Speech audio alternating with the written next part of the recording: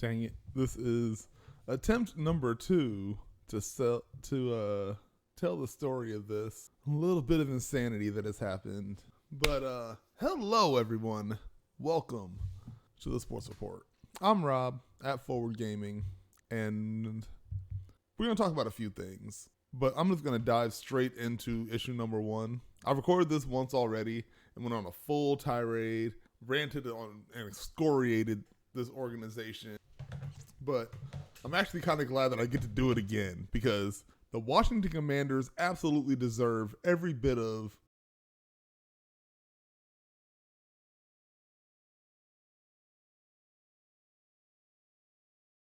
vitriol that you could ever spit at them.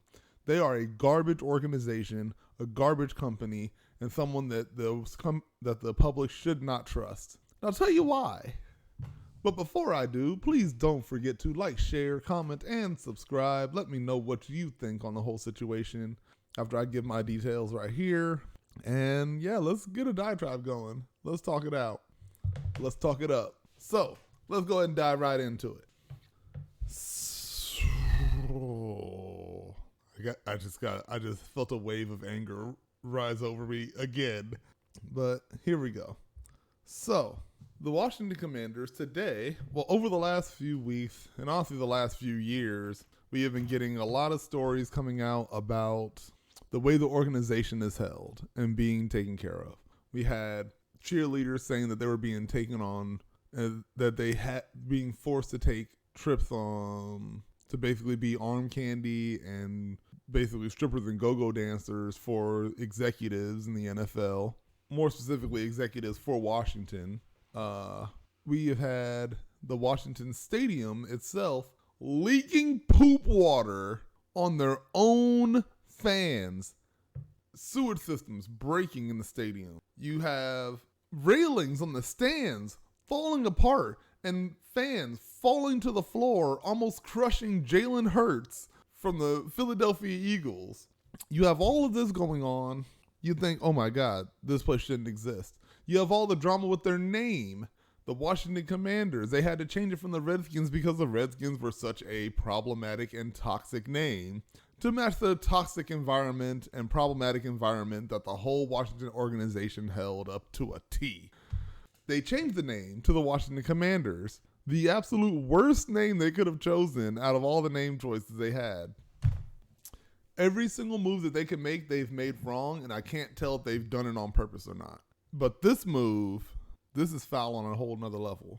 So Jason Friedman, former VP and director of tickets and sales for the Washington Commanders, worked for the company for over 24 years, I believe is what it said. As early back in 1997, when Dan first took over the company, took over the team, there have been problems of not just disorganization, not just running a franchise into the ground, but cooking the books. In the last 2 weeks, we found out about the fact that the Washington Commanders, Dan Snyder, was keeping 2 separate books, 2 separate accounts to report earnings for the Federal Trade Commission, IRS, all that, and a second book that would display payments information to the NFL, keeping money for themselves while not having to split the revenue that they would have to with the NFL. It goes deeper than that, though. Jason Friedman, former VP, went to the Federal Trade Commission, and this is the letter that they put out today. We are writing to share evidence of concerning business practices by the Washington Commanders uncovered during the committee's ongoing investigation into workplace misconduct at the team, the letter says. Evidence obtained by the committee, including emails, documents, and statements from other former employees, indicate senior executives and the team's owner, Daniel Snyder, may have engaged in a troubling and long-running and potentially unlawful pattern of financial conduct that victimized thousands of teams' fans and the National Football League. So, the stuff in question. So to start off, in 1997, there was a deal that the former owner and organization had with the season ticket holders. And there was a security deposit that was supposed to be placed on season ticket passes. The security deposit for the seat was 25% of the full cost of the seats for 1 year. Friedman told the committee that the security deposits were supposed to be refunded when the multi-year seat contract ended. But in 2012, the end of a 15-year contract, waiver that capped how much money teams were required to share from club seating revenue, team executives allegedly directed employees to establish roadblocks to prevent customers from obtaining the security deposits that were due. And this was done directly from Dan Snyder, basically telling the people below him, do not give them their money back. And a big F you if you ask. That is ridiculous. Ridiculous. And then on top of that, this is the part that actually got me too. That's not just for NFL getting screwed over, not just for their fans getting screwed over. Back in college, we had the Army and Navy game. They played a game at FedEx Field. Ticket sales were $55. And for everyone else, for the fans, they paid their $55 to get in. But the tickets were actually only supposed to be $44, as according to their document. So that extra $11 off of every single ticket sold went directly to Washington and disappeared off the books.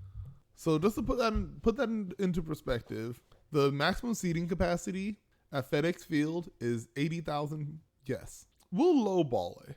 It's a college game. I don't think they'll sell it out. It's not the hugest one. We'll say they did 70,000. 70,000 people times 11. That's the extra $11. That is an additional $770 or an additional, $770 or $770,000 that is being taken off the books and goes straight into their pocket. You figure they skim a little bit here and there, and especially if they did this during the NFL games, they could potentially be taking millions upon millions of dollars, and no one will be none the wiser. That's the problem when you get money this high up. Money kind of disappears. Money kind of becomes a non-tangible, non-fungible thing. And when it's non-tangible, the numbers can be whatever you want them to be. That's what the IRS is supposed to step in and be like, hey, these numbers ain't right. Give us the right numbers. But you can work your way around that too. And Washington apparently was able to do that for quite a long time. But they ain't doing it no more. There's no way he can stay. Zero. Dan Snyder has to go. He had to go a long time ago. To give this franchise a chance to rebuild and to become something that can be at least somewhat proud of. Because I don't know how you can be proud to be a fan of them now. Knowing that at every single opportunity they could, they slapped you dead in your goddamn face. Don't take that disrespect, folks. But in order for them to have a chance to ever save face, they got to get rid of Dan Snyder. He can't stay. He should be arrested, in my opinion. But all in all, I don't think he will be. And that's a goddamn shame. I have lost faith in our democracy. Man, oh man, there's no way this should ever happen. Not in professional sports entertainment. Not in professional sports. Never in professional sports. What do you guys think? Do you guys think that he can stay at all after all of this? Please, let me know down in the comments. Man. Man, oh man, oh man. All right, you know what? Let's go ahead and change it up now. Let's get into something a little bit more lighthearted, a little more fun, something good.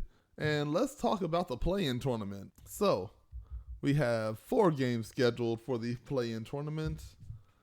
We have the Clippers versus the Minnesota Timberwolves. We have the San Antonio Spurs going up against the New Orleans Pelicans. We have the Hawks facing the Hornets. And we have the Nets facing the Cavaliers. Jared Allen is hurt. He's still out. Because of that, I think that the Nets will probably end up taking it, even though the Nets are they're shaky as well. I don't see them doing much more afterwards. Ben Simmons coming back. Woohoo.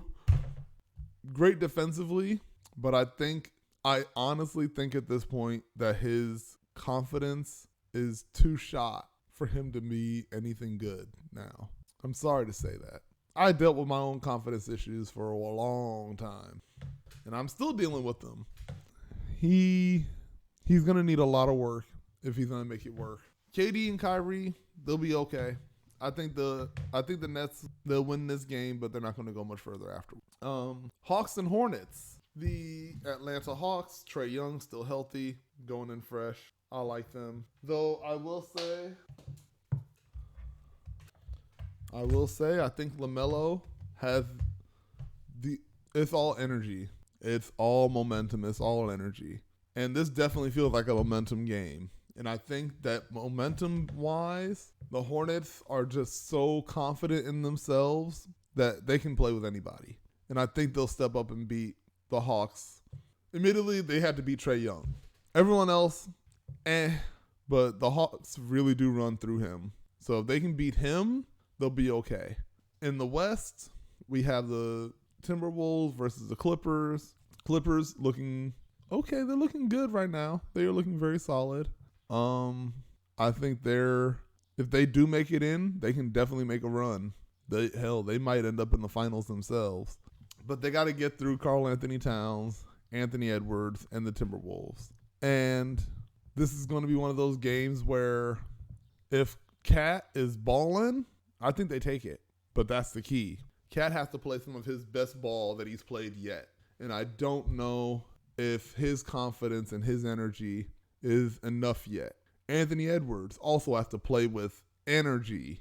This is one of those games where your motivation is going to shine. And if you're motivated and you show that you want to play, you're going to play and you'll get that dub. But I just don't know if they're there yet. They're just not confident enough in themselves to make that real push. That's why I'm going with the Clippers. That's why I think they'll be moving on. And between the Pelicans and the Spurs, again, another momentum game, but I think CJ McCollum, I think they're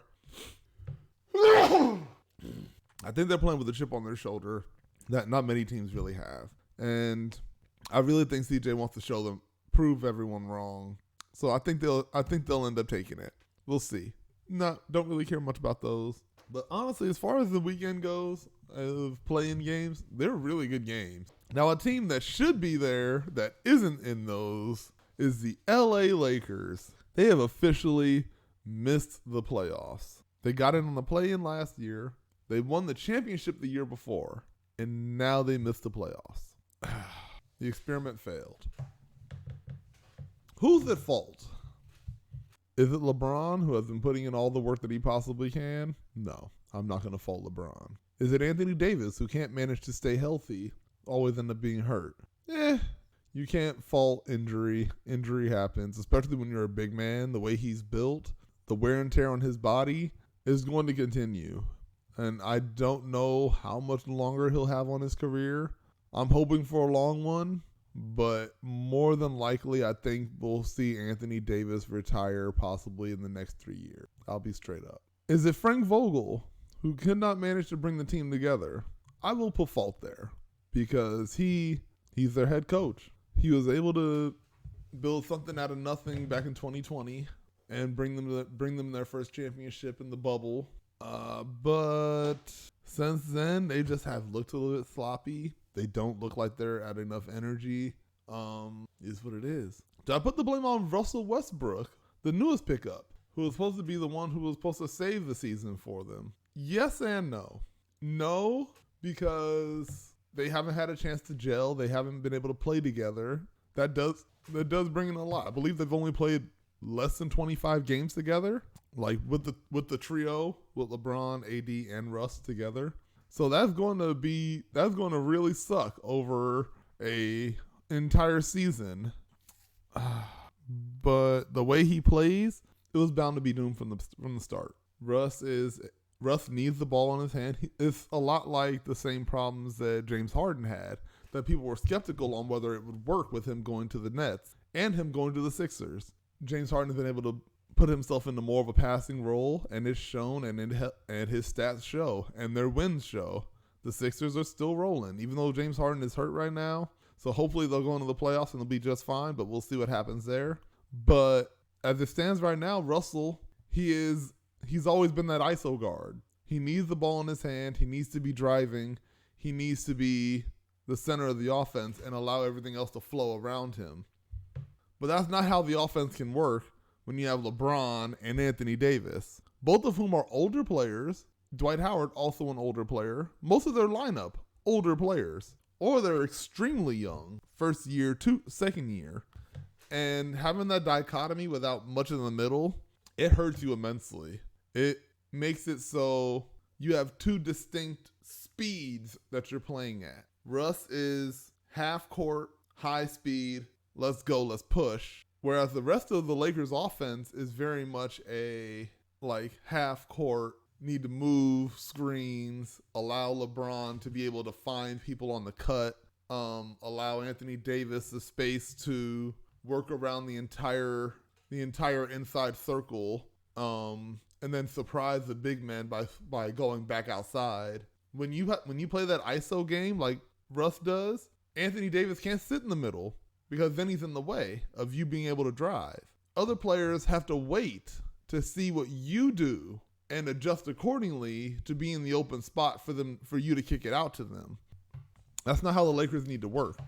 They need to be a moving team. They need to be something more of what the Golden State Warriors are right now. And even though they've been hurt, that's been the downslope for them. They've had problems with, Steph being hurt, Draymond being hurt, Clay came back luckily this year. But the younger players, Jordan Poole, Jonathan Kuminga, Juan Toscano-Anderson, Gary Payton Jr., they have stepped up.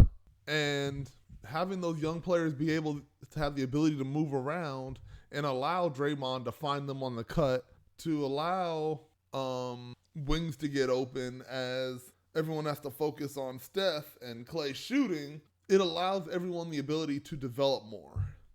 With the way the offense and the defense is set up at the Lakers, it just doesn't get a chance to. They're too big, they're too slow, and they're not allowed to be productive enough. They're not allowed to have that energy. You need to have that energy dispersed amongst all of your players. It makes it easier on everyone when everyone is able to move a bit more freely. When everyone is stuck waiting for you to make your move, it breaks down the whole offense. And on defense, it makes it hard when you're not scoring on those, because that's the other problem, is that Russ has been off on the shooting. So when you're not scoring and having to constantly run back, you are wearing out those older players. You are making them so tired. And by the third, fourth quarter, they're getting broken down completely. It's happened all season. So again, I go back to, do I think Russell Westbrook is the main cause of the Lakers' woes and troubles? I still say no. He's a huge part of it, but it's the way the whole roster is set up. From top to bottom, losing Alex Caruso, I think, was the biggest hole for you, because Alex Caruso was that energy guy that matched up with LeBron. Alex Caruso made LeBron play more and play harder because Caruso was playing more and playing harder. And you saw the interactions. You saw how they played on the court. He was the runner. He was the one waiting in the corner for LeBron to make his drive and then kick out for the three. He was the one who was cutting to the basket to give AD the ability to either drop it down to him from the top of the key, from the free throw line, or shoot it from there. Give that ability to open up the floor. You need that floor. You need to be able to use the entire floor in order to break down defenses. That's where the late game development of an NBA game comes. That's why the third quarter and the fourth quarter matter so much, because you have to rely less on your speed and more on the mental aspect of it. The reading the progressions, reading the play, reading the court in its whole entirety. Do they bring this back next year? Vogel's already out. Vogel's been fired now. Oh, and then Russell Westbrook's whole thing about, I don't know why he didn't like me, this and that. It all came off as him whining and complaining about, oh, it's everyone else's fault but mine. That is a personality flaw that damns Russell Westbrook. Gotta look in the mirror, man. You gotta see yourself in the mirror. You have a fault in this too. Don't ever forget that. It's hard to watch. It is hard to watch. Well, I mean, I guess we won't be watching it anymore this season. But we'll see what happens next year. Do you bring any of it back?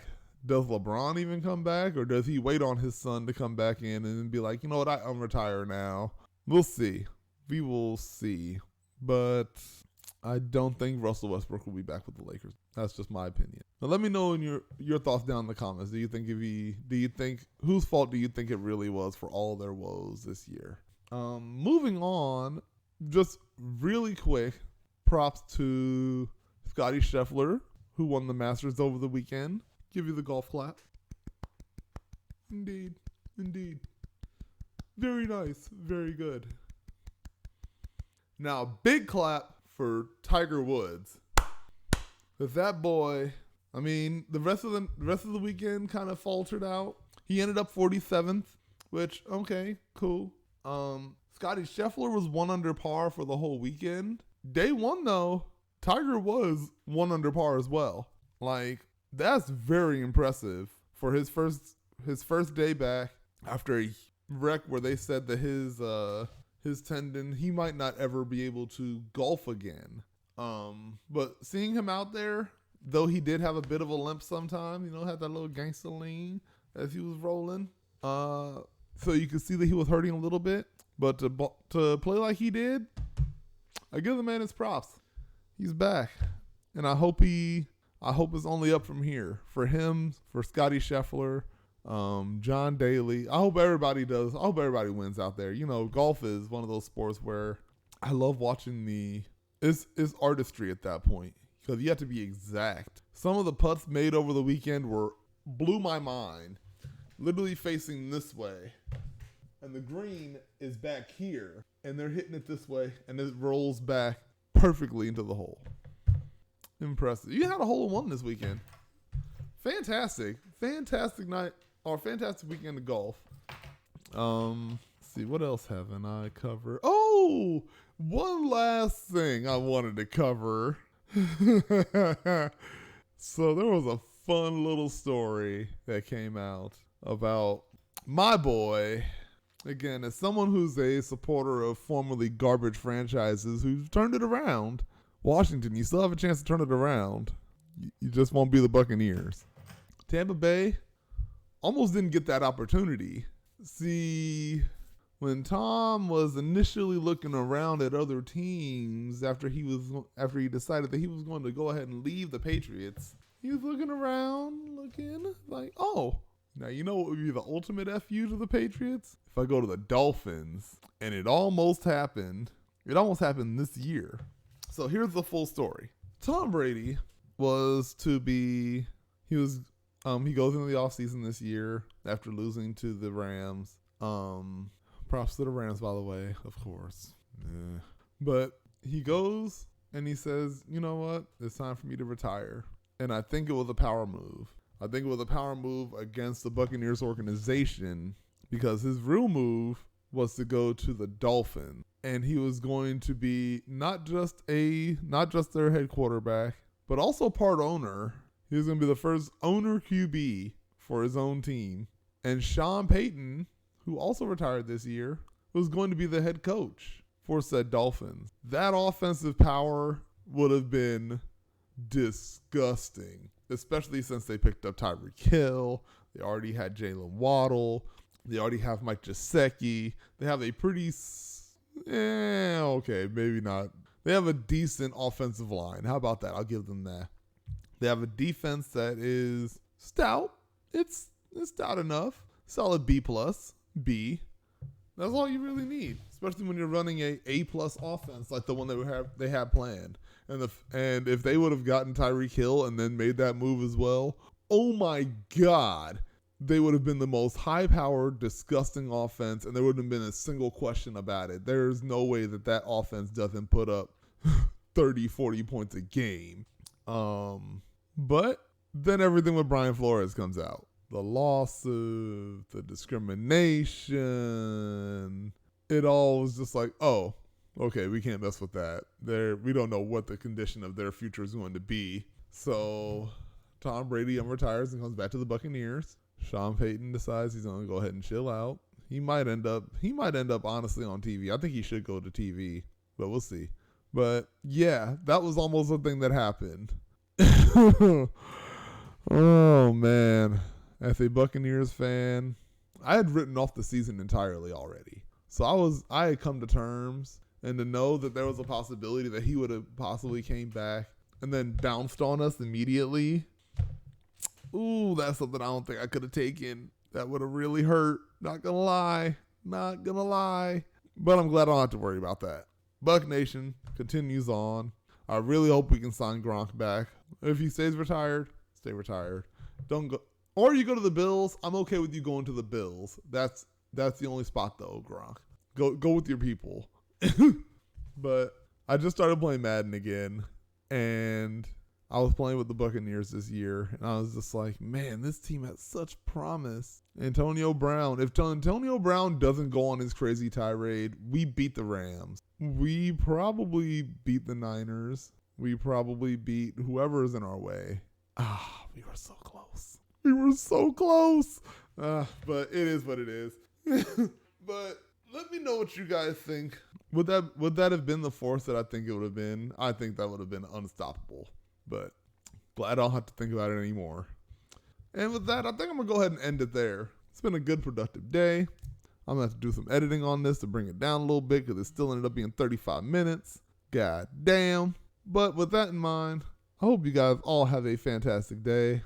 I am Rob at Forward Gaming. Do not forget to like, share, subscribe, comment, all the nonsense. Go on all the socials, talk on all the things. I'll be talking it up a lot. You'll be hearing from me again soon. Until then, though, have a good day.